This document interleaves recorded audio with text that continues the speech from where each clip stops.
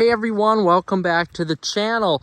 Today we're going to be covering Mycoplasma Gallisepticum and why my chickens got it, why my flock was involved with it, and the scenario that caused me to have to take one of my chickens to the vet to get some antibiotics for the chickens here. So, starting with the beginning. I originally got these 4 leghorn roosters and those 3, what used to be 4 Plymouth Rock hens.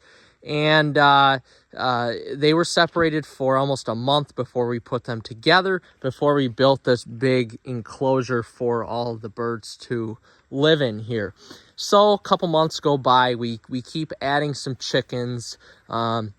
We added 2 Polish hens and a Polish rooster, and we had to get rid of the Polish rooster because he just would not get along with any of these birds whatsoever. And then we added a Serama, which I think is behind one of the, yes, the Serama is behind the Polish hen and the Plymouth Rock. And we added her, and we added a Silver Phoenix hen as well. So with that, I noticed right away that the Serama, and mind you, the Serama came from a pen of multiple different birds: geese, wild geese, domestic geese, wild ducks, domestic ducks, peacocks, pheasants, chickens, all sorts of different chickens, quails, partridge, everything. So he was she was probably carrying some sort of disease, a respiratory disease, which is what Mycoplasma Gallisepticum is. And I noticed right away, like, hey, this bird is sneezing and wheezing and just not itself compared to when we got it. So right away, I got, and this was probably about a month ago by now, I got some VetRx and some Stress Relief 911. And I put that into the water, and that really seemed to help. That seemed to help the flock with stress. It seemed to help the flock with eating and drinking and everything like that. And I still use that stuff to this day, even with the roosters and the hens and the one rooster in here. So about 2 weeks to 3 weeks after that, probably about 2 weeks, I noticed that my larger birds, so the rooster and the white Polish hen, white and black Polish hen, and all 4 Plymouth Rocks were sneezing and wheezing, and essentially, these birds are not affected, but essentially their sinuses were swollen up to a point where they could not see. And it just wasn't good. And these 3 are still recovering, and so is the rooster and the Polish hen. But they were to a point where their poop was runny. They could not see. They couldn't really eat.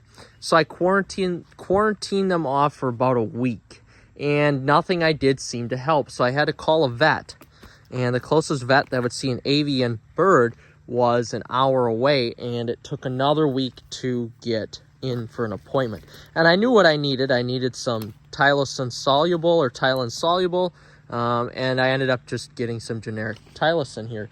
But here's what happened. So I could spoon feed essentially these birds, or let them drink, with the VetRx and the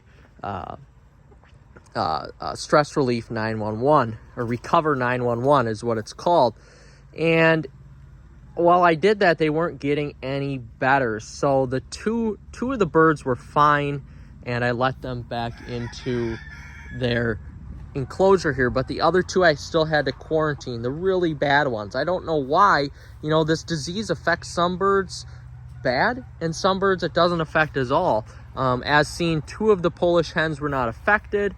Of course, the Serama was the carrier along with Silver Phoenix, so they weren't affected. The Silkies I had were not affected, that I added a few days after I got the rest of the Polish hens here.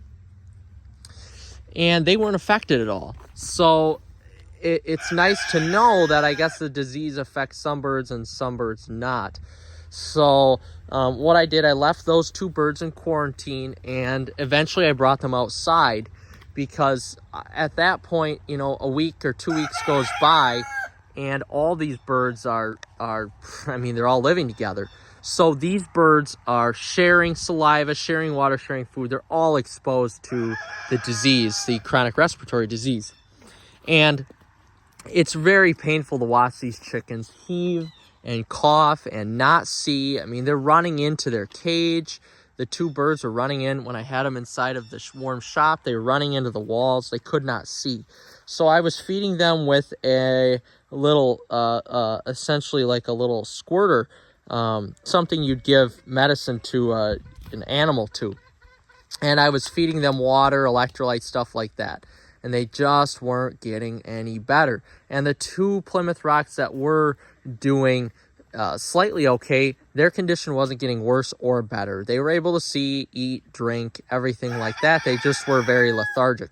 But now the two that weren't doing well, they just continued to get worse. So a couple days, oh, that's nice. So a couple days go by, and the one Plymouth Rock passes away. After a really good day the day before, I let her out here with the other Plymouth Rock, and she was kind of walking around. She couldn't see, but at least she was outside getting some fresh air. I was letting her drink water that I had to feed to her herself. And really good day, but I got to work here the next morning and she had passed, and it was maybe only a few hours before I got here in the morning. So I was pretty upset about that.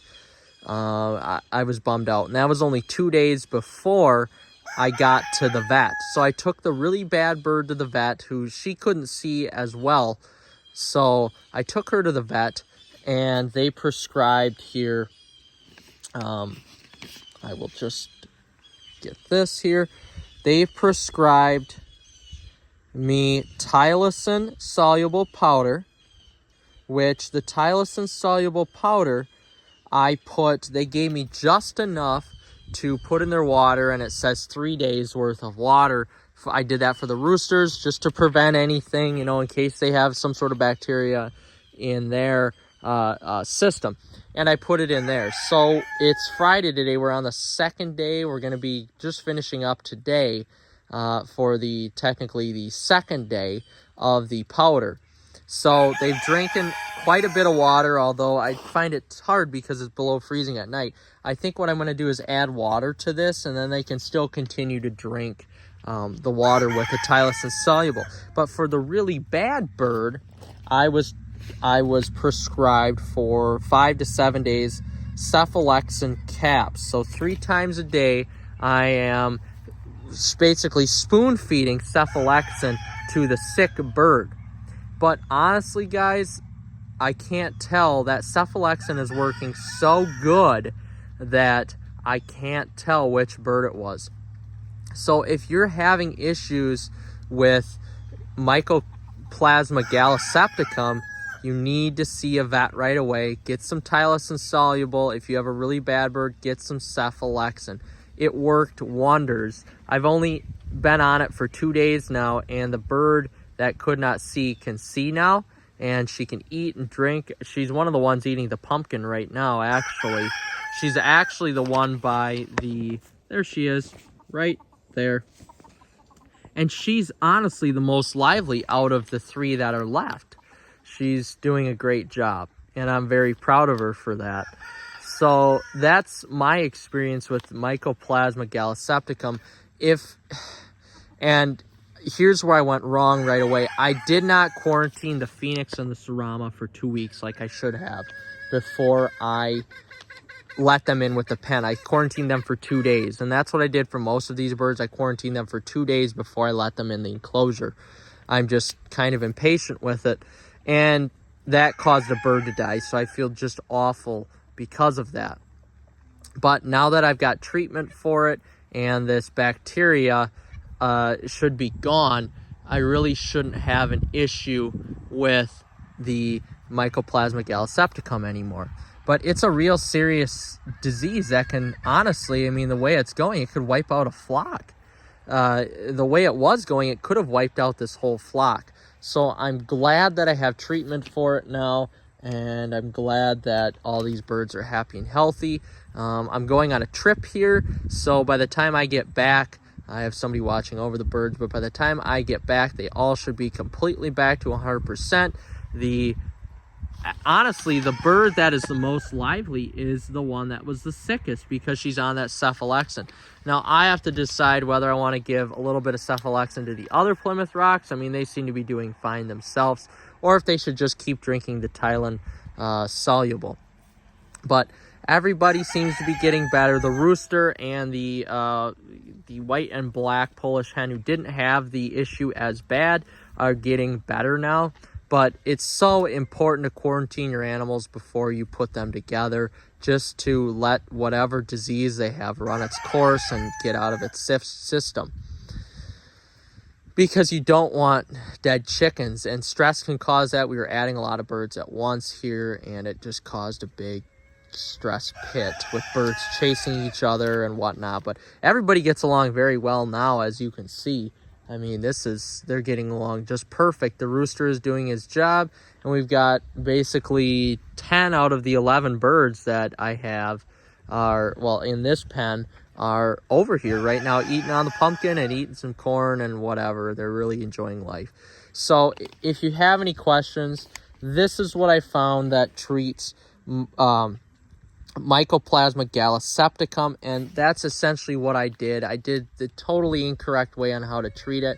If I were to really go through the process, I would have culled those 2 birds earlier on, or I would have tried to get into a vet quicker. I would have called right away to get to the vet quicker. Honestly, that's the best way. If you have some money to spend, this total visit was just under $100. It was 97 bucks. If you notice any sort of respiratory disease right away, quarantine the bird, and then call the vet clinic. Try to get into your avian vet clinic and get some Tylen soluble powder and some cephalexin as well for your birds, because now everybody's happy, healthy, and they're all eating and drinking normal, and I can go back to my normal chicken routines. I'm getting eggs again, and mind you, it's only been 2 days after I started the treatment. So with that being said, guys, that's how I've treated Mycoplasma Gallisepticum. If you have any questions or concerns, put it in the comments. This is really a great video. I haven't really found anything on YouTube yet on how to treat it, but I treated it successfully so far. And as you can see, everybody's happy, healthy, and getting along. So thanks for watching. Like and subscribe.